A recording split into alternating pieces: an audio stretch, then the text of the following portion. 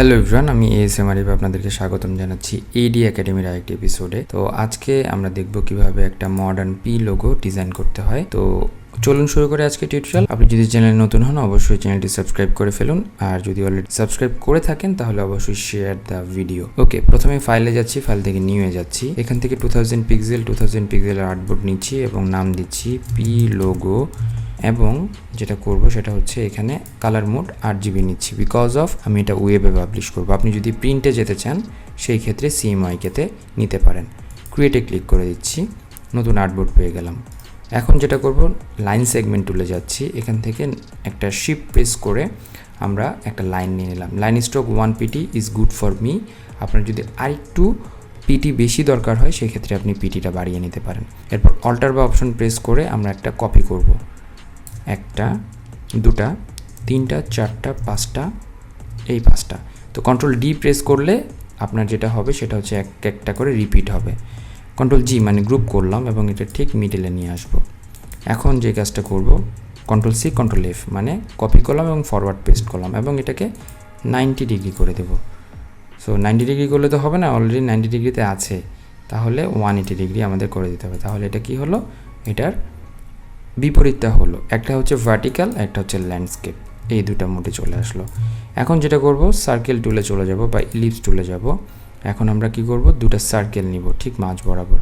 তো এখানে একটা সার্কেল, তো সার্কেলটা নেওয়ার সময় একটা জিনিস খেয়াল করবেন, সার্কেল এবং লাইন যাতে একটা একটার সাথে ওভারল্যাপ করে, মানে লেগে থাকে, তাহলে এরকমভাবে আপনারা জুম করতে পারেন, অথবা এটাকে কন্ট্রোলার কমান্ড Y প্রেস করে দেখে নিতে পারেন জুম করে যে একটা একটার সাথে ইন্টারসেক্ট হয়েছে কিনা বা ওভারল্যাপ হয়েছে কিনা। তাহলে আমাদের এটা ঠিকমতো ইন্টারসেক্ট হয়েছে। আরেকটা জিনিস আপনাদের হেল্প করবে, ভিউয়ে গিয়ে দেখবেন স্মার্ট গাইড এবং স্ন্যাপ টু পয়েন্ট এই দুটো যাতে সিলেক্ট করা থাকে, বাকিগুলো ডিসিলেক্ট থাকে, তাহলে আপনার প্রপারলি একটা এই গাইডলাইন আপনারা পেয়ে যাবেন। তো যাই হোক, এখন যেটা করব সেটা হচ্ছে যে আমরা অল্টার বা অপশন প্রেস করে আরেকটা কপি করে ফেলবো এটাকে, এবং control C control F, control C মানে কপি, কন্ট্রোল F মানে ফরওয়ার্ড পেস্ট, এবং এটাকে একটু টেনে বড় করব এই লাইনের সাথে, এবং এই সার্কেলটা ধরবো, কন্ট্রোল C কন্ট্রোল F, এটাকেও একটু টেনে বড় করে দেব। দেখুন এইটা আমাদের হয়ে গেল। এখন এইখান থেকে একটা সার্কেল নিয়ে আসব, ঠিক এই বরাবর আমরা এটাকে বসাবো। তার মানে আমাদের সেন্টার পয়েন্ট হবে এই দুটা লাইনের মাঝে, এবং এটাকে বড় করে আমাদের এই যে এখানে যেটা আছে সেটার সাথে মিলিয়ে দেব। এখন আসুন সবগুলোকে সিলেক্ট করছি, আমরা চলে যাব শেপ বিল্ডার্স টুলে, আমরা শেপগুলো জোড়া দিয়ে এটাকে আমরা ফুলফিল করব। আমরা এখান থেকে শুরু করছি। সো ব্ল্যাক কালার করে নিয়েছি, দেখতে পাচ্ছেন। আমরা এই জায়গাটা ফিল আপ করবো, একটু জুম করে ফিল আপ করবেন, তাহলে আপনার কোনো জায়গা ছাড়া পড়ছে কিনা এটা ইজিলি আপনার তাহলে চোখে পড়বে।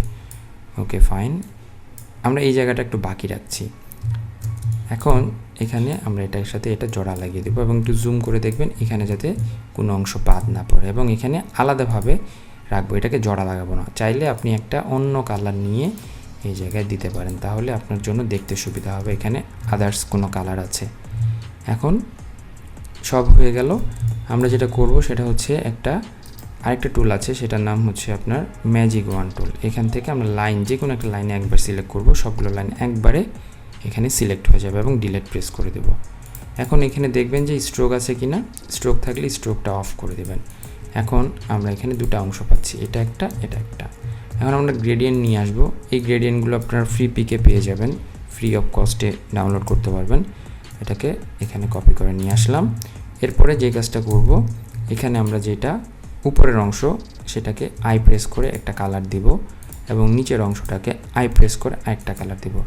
কারণ কালারটা ম্যাচ করার জন্য বা এটাকে শ্যাডো বোঝানোর জন্য এই কালার গ্রেডিয়েন্টটাকে আমরা ঠিকঠাক করব। এখানে গ্রেডিয়েন্ট অপশনটা পেয়ে যাবেন, যদি না পান উইন্ডোতে যাবেন, উইন্ডোতে গেলে এখানে গ্রেডিয়েন্ট অপশনটাতে ক্লিক করে দেবেন।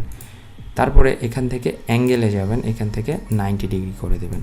দেখুন এটা মনে হচ্ছে যে এটার সাথে শ্যাডো আকারে আছে। এটাকে একটা গ্রুপ করব, মাঝ বরাবর আর্টবোর্ডে রাখবো। ওকে, এখন আমরা চলে যাব আবার রেক্ট্যাঙ্গেল টুলে। এই টুল থেকে আমরা একটা স্কোয়ার শেপ ড্র করব, এবং এটা কালার হবে ডার্ক ব্লু টাইপের কালার। ওকে, সো এরকম হতে পারে, এবং এটাকে সবার শেষের লেয়ারে নিয়ে আসবো। কিভাবে, অ্যারেঞ্জ থেকে সেন্ড টু ব্যাক। ওকে, ব্যাকে চলে গেল। এখন এটা বেশি ব্লু হয়ে গিয়েছে, এটাকে আরেকটু ডার্কার করে নিতে হবে আমাদের, এরকম। তাহলে আমাদের এটা ফুটে উঠবে। বা অনেকে ব্ল্যাক ইউজ করে থাকেন, it's totally up to you, but I would suggest to use the darker colour, কারণ এখানে আমরা লাইট গ্রেডিয়েন্ট ইউজ করছি, তো সেই ক্ষেত্রে আমাদের ডার্কার ব্যাকগ্রাউন্ড হলে জিনিসটা ফুটে উঠবে। এখন আমরা এখানে টেক্সট লিখব।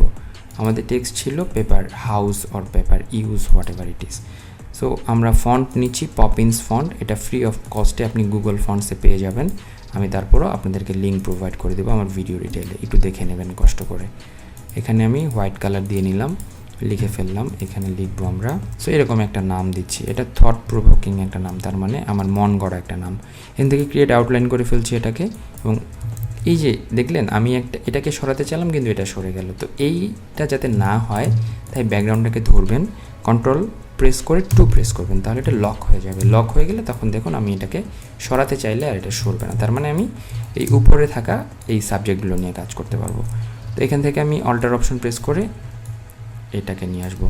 অ্যাকচুয়ালি অল্টারটা হচ্ছে আপনার উইন্ডোজ ইউজারদের ক্ষেত্রে, আর অপশনটা হচ্ছে ম্যাক ইউজারদের ক্ষেত্রে। তো যাই হোক, এখান থেকে আমরা এই পি বরাবর এই যে এখানে যেটা আছে এই বরাবর বসাবো এবং এই বরাবর বসাবো, তাহলে দেখুন আমার গ্যাপটা ঠিক থাকলো, উপরের গ্যাপ এবং নিচের গ্যাপ ঠিক থাকলো। এটাকে আমি এখানে মিলিয়ে নিব এবং ডাবল ক্লিক করে এই পি এর মধ্যে ঢুকে এটাকে ডিলিট করে দেব। দেখুন আমাদের এই যে এই অংশটা হয়ে গেল। আপনি চাইলে এটাকে একটু ছোট করতে পারেন, সো আমি এটাকে একটু ছোটই করে দিই। সো এই যে এই পি বরাবর করে দিই, তাহলে আমার এটা মিলে যাবে। এবং পুরোটাকে সিলেক্ট করে গ্রুপ করব এবং মাঝ বরাবর বসিয়ে দেবো, একটু নিচের দিকে বসাই, দেখতে ভালো লাগবে। দেখুন আমার লোগো কিন্তু রেডি হয়ে গেল, এবং এটাকে আমি এই ক্ষেত্রে একটু বড় করে দেব। ওকে, দ্যাটস গুড। সো এটা অনেকে কি করে এইখানে বসিয়ে দেয়, ওকে, এটা হতে পারে অনেকে এখানে বসায়। সো আমি আসলে প্রেফার করি এই জায়গাটায় রাখার জন্য, তাহলে আপনার জিনিসটা দেখতে সুন্দর লাগবে। তো এই ছিল আজকে টিউটোরিয়াল, আশা করছি এখান থেকে অনেক কিছু শিখতে পেরেছেন। অবশ্যই লাইক করতে ভুলবেন না, অবশ্যই সাবস্ক্রাইব করতে ভুলবেন না। আরও অনেক ভিডিও নিয়ে আপনাদের সামনে হাজির হব আমি ASM আরিফ, বাট আজকের মতো আমি বিদায় নিচ্ছি। ভালো থাকবেন সবাই, সুস্থ থাকবেন, আল্লাহ হাফেজ।